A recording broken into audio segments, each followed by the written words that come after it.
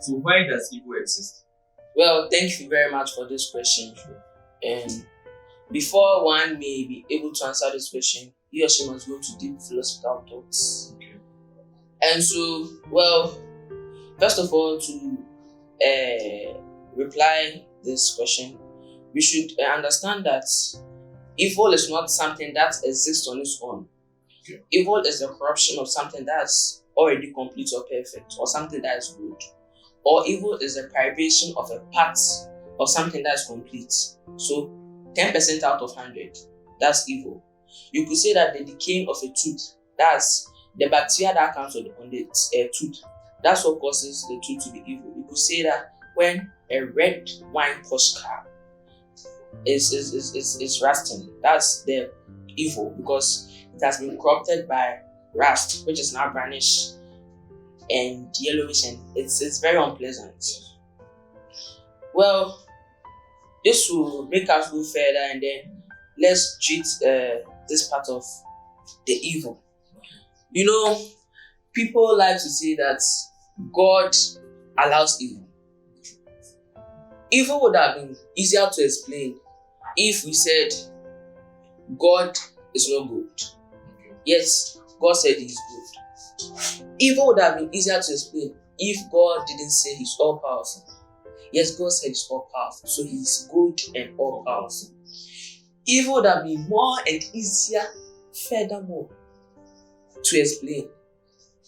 You know, if God didn't say He's all knowing, now He's saying He's all powerful, He's good, He's all knowing. Yet we are suffering. So this will bring us to the conclusion that is like, where does this evil come from?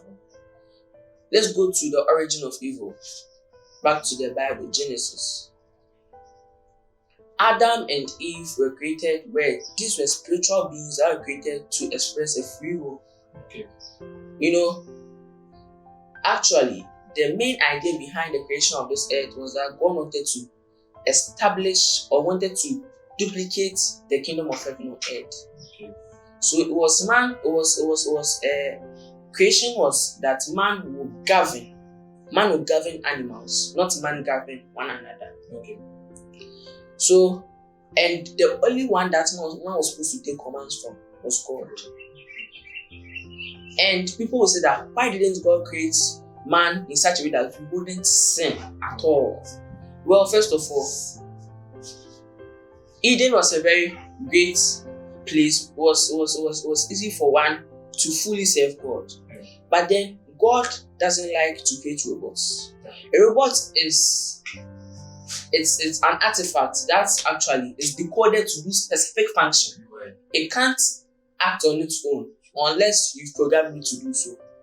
So God didn't want that to happen. He created man to have a free will. A free will to choose obedience to Him or disobedience to Him.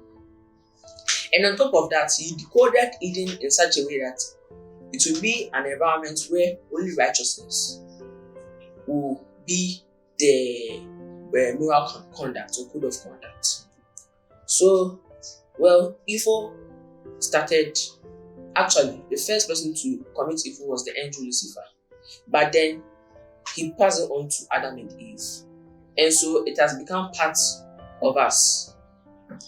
Then the one will say, so if God is all powerful, why won't He eliminate evil permanently?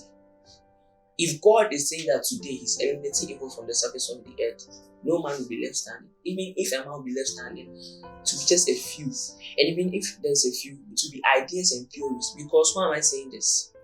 Well, 99% of man's thoughts, there is a loophole in it, and that loophole is the evil. That's the privation of the good.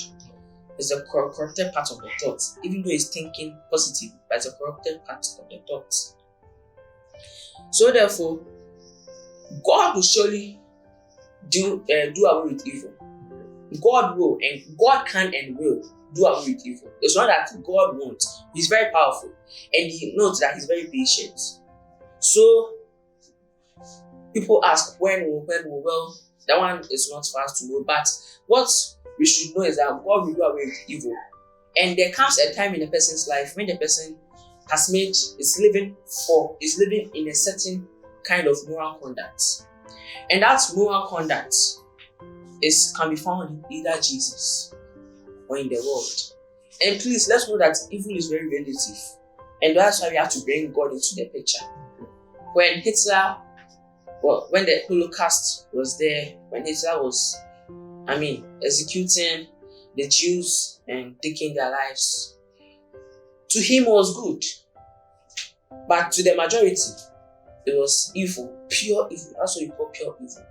And evil you can have two kinds of evil: natural evil and moral evil. Moral evil being cruelty, abuse, segregation, discrimination, and the natural evil being heavy rainfall, destroying properties, thunder strikes, earthquakes, etc. Since Adam was supposed to rule over the world, he was supposed to take instructions or commands from only one entity, who is God. He took the commands from the devil. So therefore, he had let himself subject to the devil. So that's why evil is, and the devil is the Lord of the world, because Adam gave off his rulership and power to the devil. So you assume to say that evil came as a result of God giving man freedom. Freedom. Okay. But let me tell you one thing. It was possible for man to sin. It was possible for man to commit evil. But man made it actual. Okay. God created man in such a way that it would be possible for him to sin. But man made it actual. So all these tsunamis and earthquakes, I would say, is from the Lord and principality of the world. That's why we have to turn to Jesus. Jesus is the problem solver. He is the evil remover. And he is the separator of good and evil. And if you want to know the moral boundaries, you want to know how to distinguish easily between good and evil, you have to look to God. Because God is defined as that which is above thoughts. And God is described as one who is absolutely good and perfect. So he's the basis on which he's a scale. If you want a scale to judge evil and good, that is good and this is evil. For example, the Holocaust. If you want a scale, that scale is God. You have to look to God. And to look to God, you have to look to Christ. And very soon we'll treat that topic. But I would like us to note that evil will be surely dealt away with one day. Those of us who choose God will go with him to a place where there is no evil. Paul said, I long to go and get my heavenly body, because this my worldly body gets me weary. Yeah. So surely, evil will be done. Yeah. Thank you. And I agree, because Toni Morrison, the Nobel Prize winner, once said, freedom is choosing your responsibility. Yeah. So in as much as we as human beings have been given that free will of freedom, it's still our responsibility to choose what we would like to do. So I agree with you when you say that freedom was brought about by evil. Yeah. Or evil came from freedom, right? Yeah. So because Adam was given the free will and that freedom, he was irresponsible in the sense that he accepted what the devil actually offered him. And that brought forth evil. Absolutely. So in as much as we all have the ability to choose, the ability to reason, we have the ability to also falter. Yeah. Or let's just say something that the act to do wrong springs up when there's freedom. Yes, you get it. So man was instituted independence when he decided to disobey God. So I do agree when you say evil springs from freedom. Yeah. So therefore, I would just like to buttress your point and say that we need to turn to Jesus.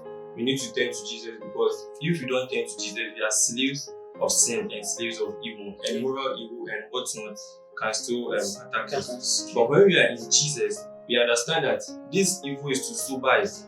Paul said that there was a time he had a condition, he prayed to God, and God told him this was to sober him. So, in as much as we are surrounded by evil, we should know that it's to sober us. Okay? if you go to a lab or you're given a car to learn how to drive, and you go and crash the car, do you blame the one who gave you the car? No. You blame your own actions. So in as much as God gave us the free will here being the car, it was we who crashed the car. So why then do we blame God? You get it? So it's up to us to understand that we are at fault and turn to the one who gave us the car to teach us the right way to drive the car. Yeah. So yes, I agree. Yeah. Okay.